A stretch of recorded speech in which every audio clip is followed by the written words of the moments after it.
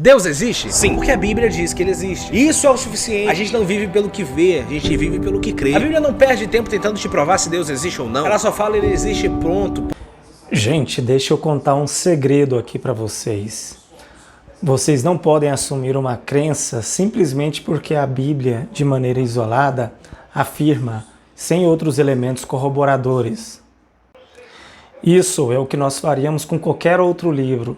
Tentaríamos buscar ali a sua procedência, fazer um cruzamento de dados com aquilo que é relatado no livro e achados arqueológicos, outras fontes, documentos, enfim. E não faz o menor sentido, em nome ali de uma afetividade que você tem com esse livro, com a Bíblia, você simplesmente abandonar essas práticas racionais, tratando esse livro como uma exceção especial, sem apresentar nenhuma razão para tal. Isso seria um passo extremamente arbitrário. E esse cenário fica muito mais problemático quando o que esse livro pede para você acreditar de maneira inconteste é simplesmente na existência de um Deus.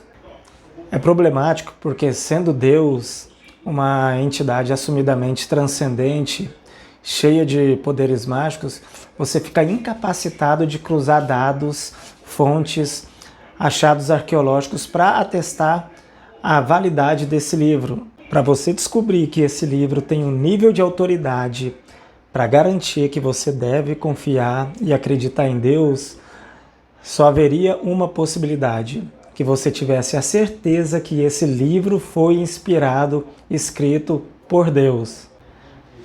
Mas perceba que aqui se instaura dois grandes problemas.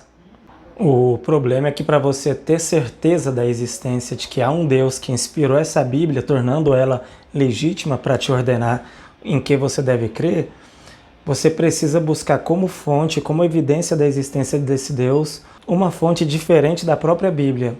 Senão você incorre numa circularidade. Ou seja, você acredita em Deus e que Ele escreveu essa Bíblia exatamente porque está descrito nessa própria Bíblia que esse Deus existe e a escreveu. De modo que, para evitar essa circularidade, você precisaria ter essa certeza através de uma outra fonte, que não a Bíblia. Mas se de fato você tem uma experiência tão genuína que te garanta, sem ser pela via das Escrituras, da Bíblia, que Deus existe, de repente uma experiência real ali direta com Ele, você já não precisaria da Bíblia para crer nele. Você já não precisaria da Bíblia ordenando que você acredite nele, porque você já teria ele diretamente dado aí na sua percepção. Portanto, sob nenhum mérito é lícito você simplesmente obedecer esse comando da Bíblia que pede para você acreditar nesse Deus. Porque sem fé é impossível agradar a Deus, porque quem dele se aproxima precisa crer que ele existe.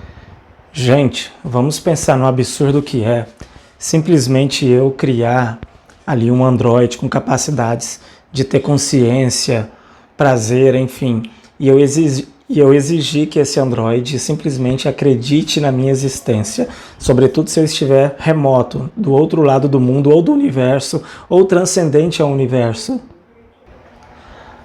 Agora, se isso seria inconcebível para mim, que sou um mero humano limitado em todos os aspectos, né, na ciência, na afetividade e tudo mais, imagine quão absurdo seria uma entidade tão perfeita, divinatória, simplesmente exigir que a sua criação tenha fé irrestrita na sua existência. Qual o propósito de querer que alguém, que algo, sobretudo alguma coisa que você criou, tenha fé ali na sua existência?